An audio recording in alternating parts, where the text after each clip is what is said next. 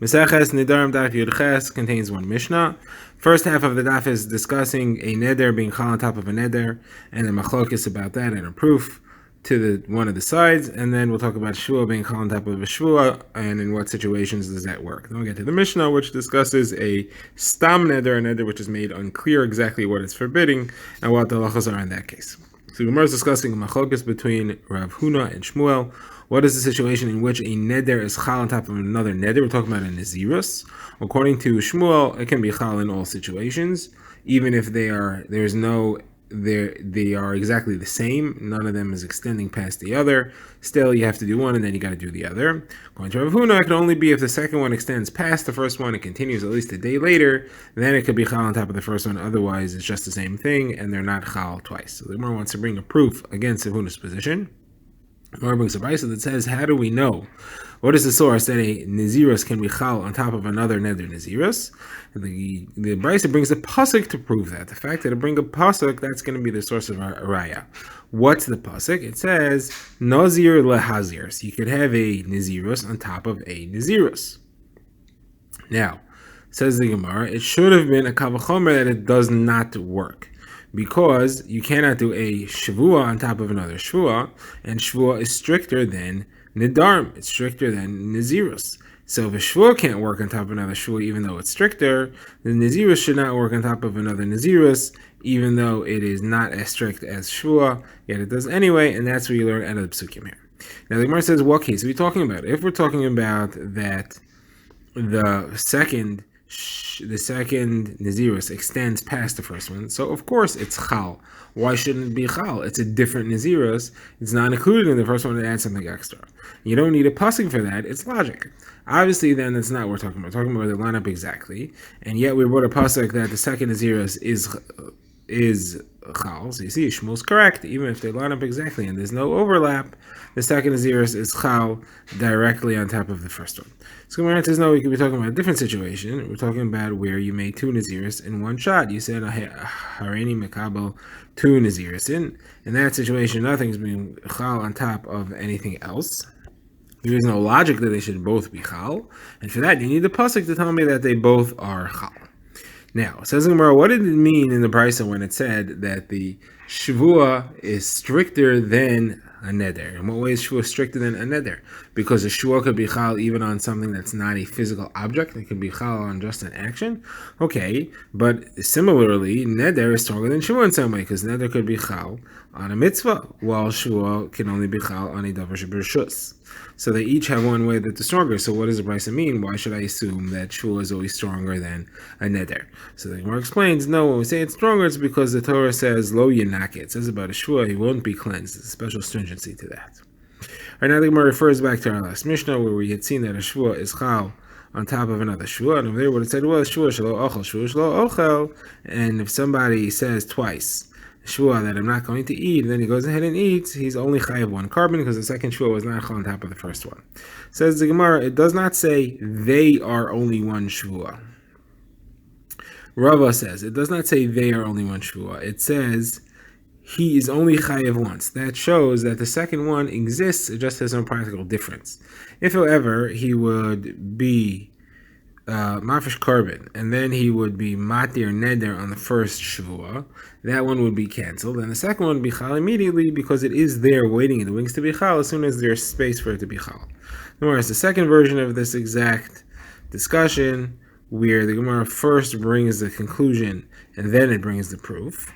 So it says that there is no obligation, there's no chiv of a second carbon, but the shvua is chal.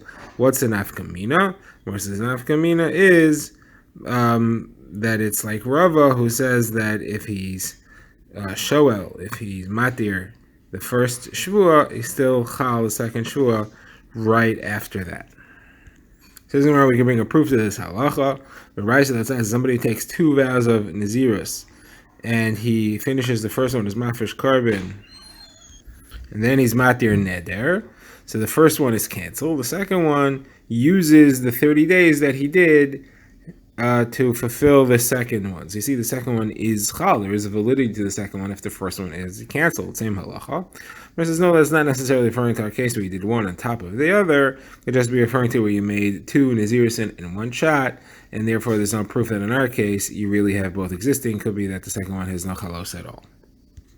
Now we get the next Mishnah, which discusses what happens when a person makes a neder, and it's not clear what he meant to say. One interpretation would be a good neder, one interpretation would not. The Mishnah therefore posits we have to go l'chumra, and it gives a number of examples. First example the Mishnah gives is where somebody says that this is on me like salted meat. So salted meat could refer to karbanis, which all have to have salt, or it could refer to meat of the goyim, meat of avodah zarah. We don't know which one he meant.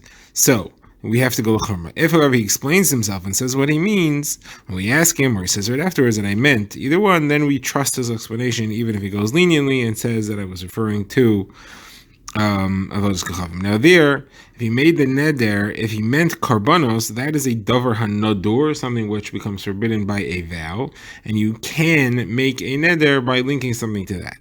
If however he meant avodas kachavim, that is something which is aser innately, and the neder would not work in that situation. Now, the Gemara's next example is where he says, Harei alai kichirim. I'm like a chirim, which is a type of a kedusha where he's makdish. So in that case, there's two types of fikdashim he could have made. He could have made kedusha for the bedek habayis, for the Beis Hamikdash, which has an iser hana, or he could have made kedusha for what we call chirim kahanim, where it's given to kahanim, and on there's no iser hana, and therefore the neder is useless and it's not a valid neder. Again, if he explains himself, we trust his explanation either way. But if he doesn't, we have to go l'chumra and assume he meant to shemayim. Next example the Gemara brings is where he says, Harei alai meiser kimeiser. So there we don't know if he meant meiser behema, which is aser bahana, and therefore this is also aser bahana as an eder, or if he meant grain meiser, which is mutter bahana, and therefore there's no iser. Again, if he explained himself, we trust him, but if not, we go chumrah. Fourth example is where he says Harei truma, and I don't know if he meant the truma that they take from the coins in the machzas hashekel container in the lishkas hakazas, which is aser hana, and therefore it's a valid neder, or if he was referring to regular truma, which is something which is called innately aser, and therefore you can't make a neder by linking to that, and the neder is no good. Now here we have a machlokas. Rabbi Meir says that if he doesn't explain himself, you go l'chumra, just like before. Rabbi Yehuda says it depends where you are. If you're in Yehuda, you assume that he meant the lishkas hagazis, and it's aser. If you're in the Galil, they're not familiar with the trumas halishka, and therefore their stam is mutter.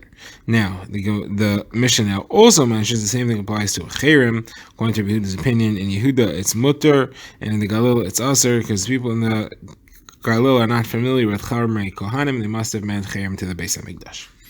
Now, the Gemara begins, and the Gemara says that this Mishnah seems to be clearly indicating that a suffix neder goes to chumrah. The Gemara asks that we have a Mishnah in Seder Taras, Mesachas Taras, that says that a suffix nezirus goes to kula. Case there is, he sees someone coming to him, and he says, if that's such and such, then I am a nazir. Now we never find out who that guy was. He walks away, we never figure out who he is. So it's a suffix nazirus. There you go, kula, and you assume it's not a nazirus. How come here we would go l'chumra on all, and the Nedarim, which include nazirus? So Gemara says actually a machlokes Rabbi Elazar and the Rabbanan.